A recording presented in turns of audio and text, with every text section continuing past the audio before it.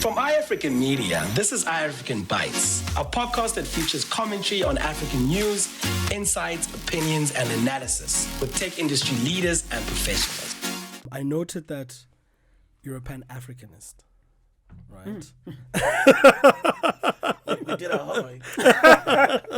Now, I want to know how does, because, philosophy it's a tool of analysis and how to look at the world, understand yourself, and how did that shape your posture towards Pan-Africanism now? How did that shape your posture towards business and capitalism in general? Well, you see, the tenets of Pan-Africanists is that you think about other people first before yourself. And whatever else you do, you want to make sure that other people benefit. If I fail, but there are people who will say, Bra Xolani, Bra XQ assisted me. To me, that's very powerful. You have to underpin all that you do from that Pan-Africanist perspective. As the Europeans do it very well, Indians do it very well. We're the only ones, who love everybody except ourselves in terms of what we do. And if we can love ourselves so much that we have interdependency, it will take a lot. And Pan-Africanism gives you that. And Pan-Africanism is not being against whites or anything, but that if Europeans take them, if they are in South Africa, take themselves first as Africans. 100%. Yeah, there's Pan-African. 100%. Ukutshala isihlahla that you might never enjoy ishade yaso. 100%. I think that those are some of the ethos of Pan-Africanism. 100%. Thinking about the future generations. 100%. And when I think about my experience with Bra XQ, we call him XQ in the industry, affectionately known as Bra XQ. Bra XQ. Can I call you Bra XQ? Sure. I've been given permission. Bra XQ, okay. Ulo muntu who when he says he's thinking about others before you think about yourself. SBDI it's all about lifting others.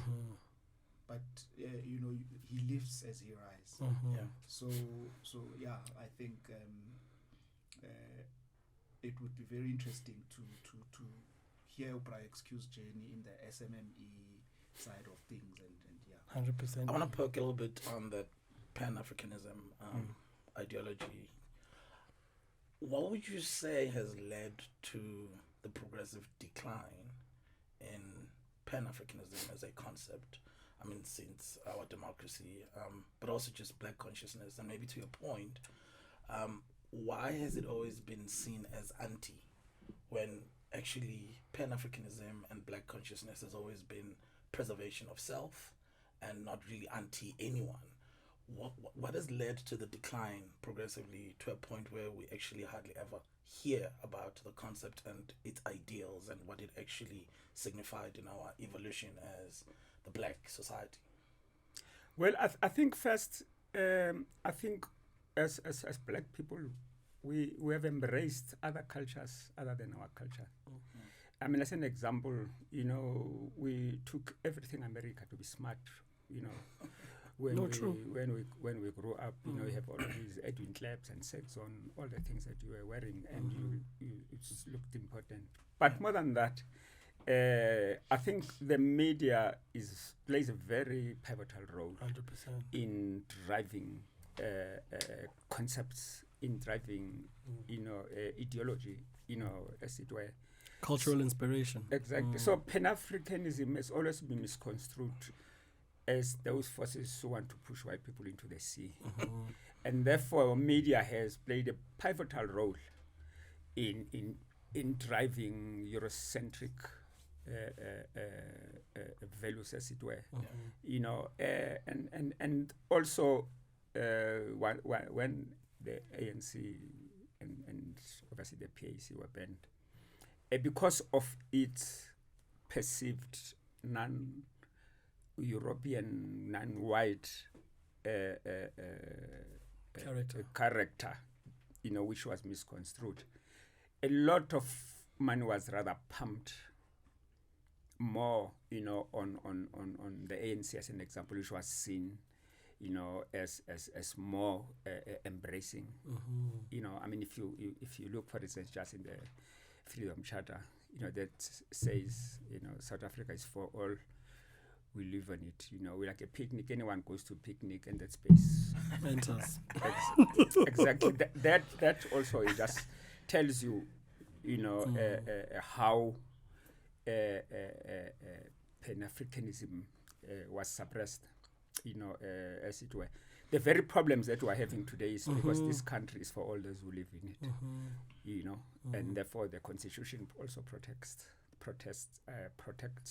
that, as it were. So there aren't many vocal Pan-Africanist messiahs out there, even in Robben Island as an example. I mean, only one man was in solitary confinement. Only one man. It was Robert Sobukwe. He stayed, he never mixed with everyone else because of his views. And John Foster then was a Minister of Police. They would always go to Robben Island just to go and see if he hasn't changed his mind. And all of the other prisoners had respect for him. I mean, they would, Mandela send them, because, once a day you walk out and they will salute him.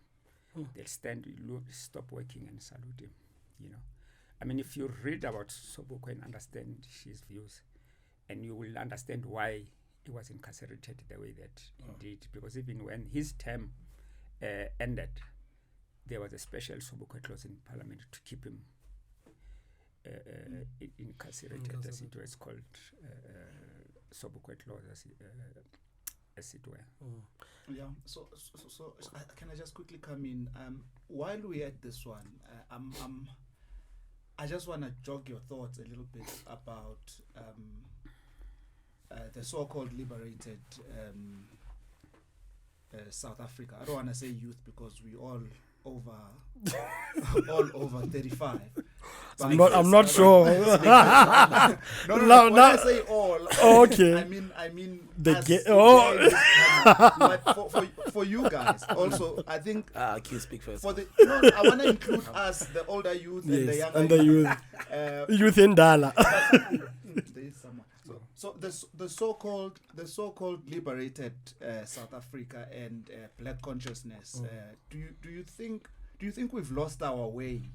Do you think we've abandoned our generational mission? Do you think, because those are some of the things we want to deal with, and people these days are not active for anything. People are not activists. People are not driving anything for the greater good.